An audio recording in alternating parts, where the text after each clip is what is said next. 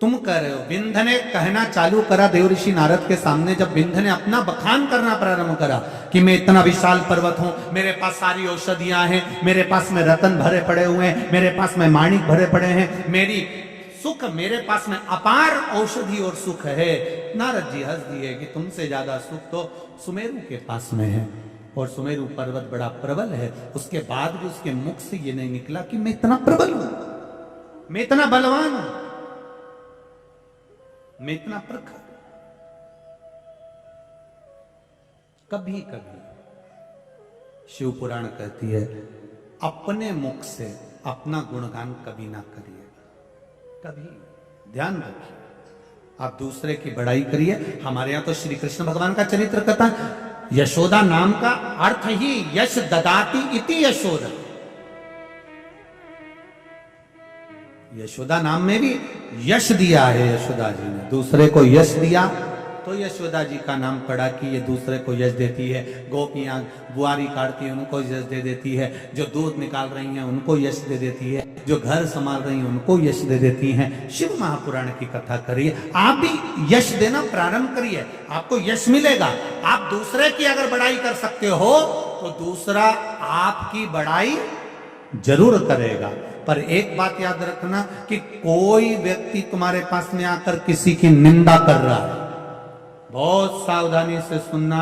अगर कोई व्यक्ति किसी दूसरे व्यक्ति की तुम्हारे पास में आकर निंदा कर रहा है तो यह मानकर चलना कि यह व्यक्ति दूसरी जगह जाकर तुम्हारी भी निंदा जरूर करेगा, ये निश्चित है।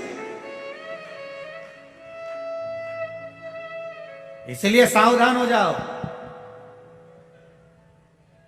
थोड़ा सा ध्यान रखना जरूरी है। अगर कोई निंदा कर रहा है और तुम सुन रहे हो तो तुम तैयारी रख लेना, ये तुम्हारे पास में जब दूसरे की आकर निंदा कर सकता है तो ये तुम्हारी निंदा भी दूसरी जगह जाकर कर सकता है। थोड़ा तैयारी रखिए, थोड़ा सा ध्यान रखिए, थोड़ा सा ध्यान रखकर चलिए।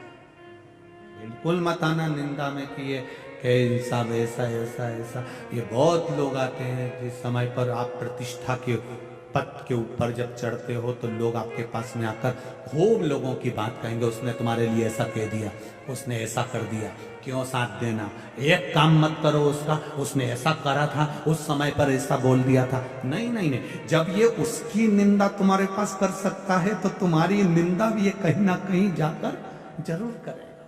सावधान हो जाओ, चुगल चोटों से बचो।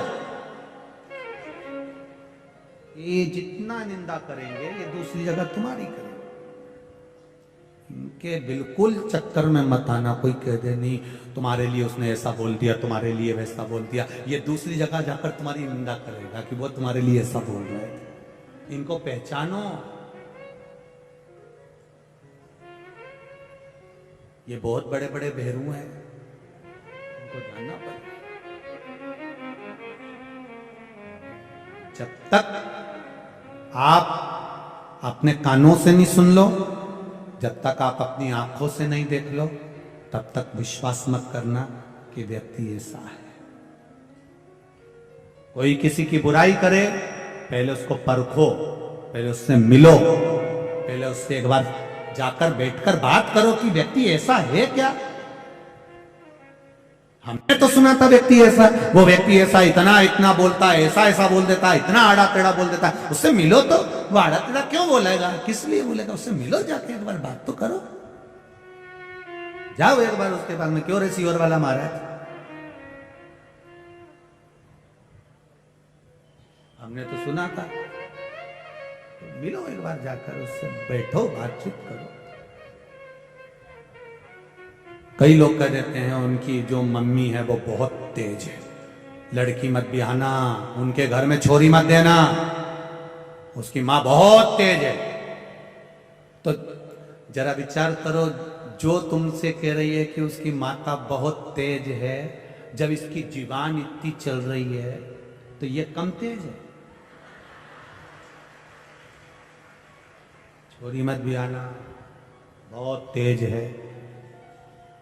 अब जो तुम्हारे पास में शिकायत करने आई ना, इसी की खबर दूसरे से निकलवा लो, वो भी बोल देगी बहुत बोले बता, इतनी चुगल चोटी कहीं क्यों, ये तो 2 चोटी करना चाहिए। 3 चोटी है चुगल चोटी, दिन भर चुगली करती बेटे पूरे मोहल्ला में। तुम करो, मिलो पहले जाकर। कोई क्या कमला ऐसी, पहले कमला से जाके मिलो। क्यों नहीं कमला भाई कैसी? कमला भाई क्या फालतू की बात मत कर, बैठ जीजी बैठ, मैं चाय बना के लाऊं तुम्हारे लिए पी। अब के दूसरे के पास जाके कमला भाई तो इतनी जोरदार, उनकी बहू तो उतर के ही नहीं आई, बापड़ी ने अकेली ने चाय बना के पिलाई थी।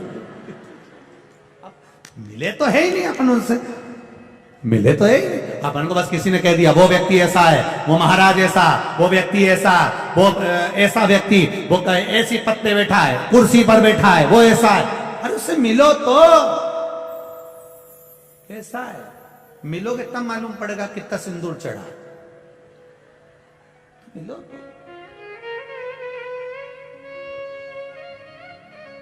मालूम ही नहीं पड़ा कहीं कहीं का भेरू नया नया।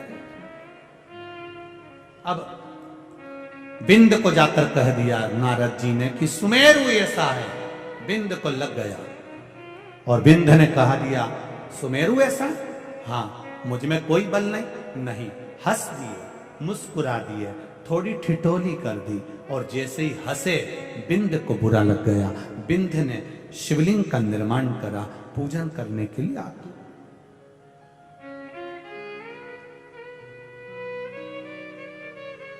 जब शिव जी की पूजन में आतुर हुआ बिंद, भगवान शंकर की भक्ति में आतुर हो गया बिंद, घोर तप में लीन हो गया बिंद, तब शिव को याद कर। बहुत जरूरी है, हमारा ध्यान रखिएगा जरा। पहले के लोग तीर्थ करने जाते थे तो पोटली बांध के ले जाते थे। बोलो री जीजियो, सही है कि गलत है? उसमें आटा, चावल, दाल, कुकर, भगोनी, घी, तेल, शक्कर। आज के लोग ले जाते हैं क्या? नहीं। सामान ले जाते हैं? नहीं। क्या ले जाते हैं? जेब में 2000 की गड्डी, बस उनने गड्डी फंसाई जेब में और लेकर चल दिया। अब तुम इतना सामान लेकर गए, होटल अच्छी अच्छी दिख रही है, वीआईपी दिख रही है, और तुम कहो कि साहब मैं इस होटल में कमरे में रहना चाहता हूं, तो वहां होटल वाले क्या कहेंगे, लाओ जरा देव निकाल के। तो उसको क्या आटा रख लो, नमक मिर्ची रख लो, तो कोई तुमको वहां रहने देगा? अरे बोलो तो जम के नहीं।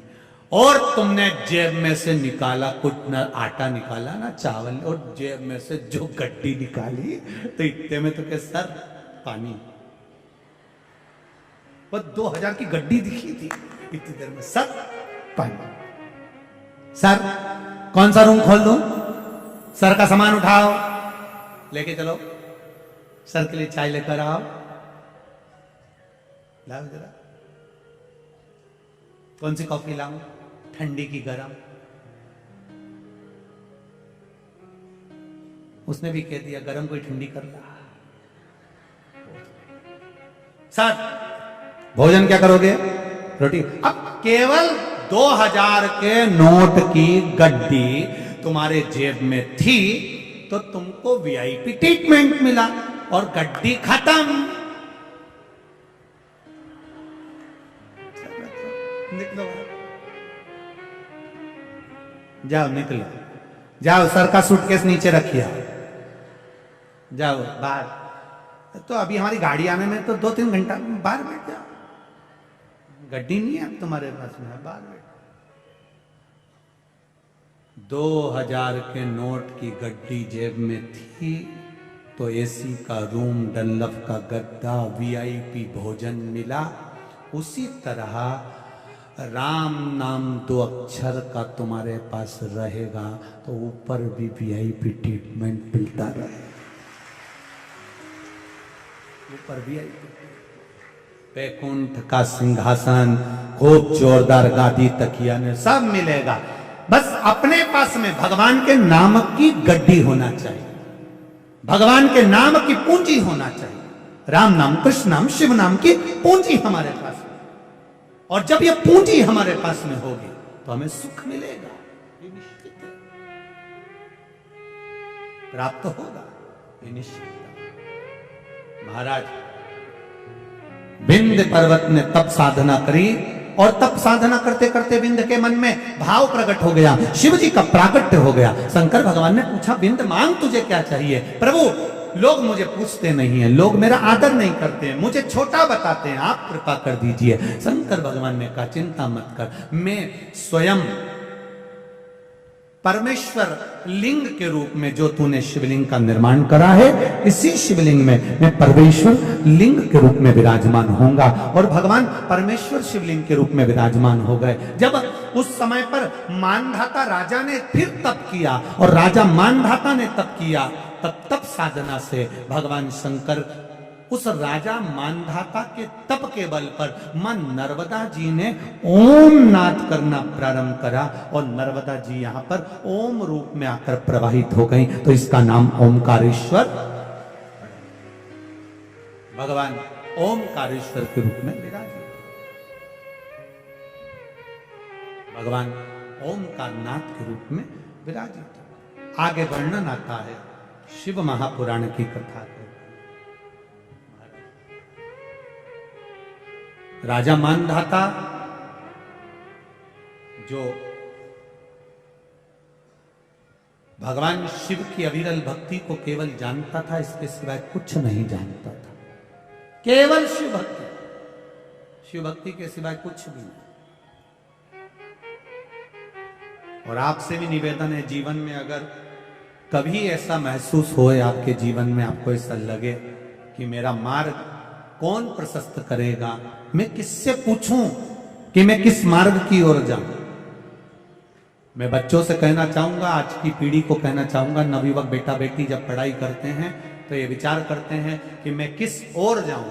हमारा निवेदन है, आपका दिल जहां कहे, आपका हृदय जहां कहे कि मुझे ये पढ़ाई करना है, दिल आपका जो गवारा कहे कि मुझे डॉक्टर बनना है, कि इंजीनियर बनना है, कि कलेक्टर बनना है, कि आईएएस ऑफिसर बनना है, आपकी जो दिल कहता है आप उस पथ पर चलो और मेहनत दिल से करो, महादेव को साक्षी बनाकर करो, तो उसका फल अवश्य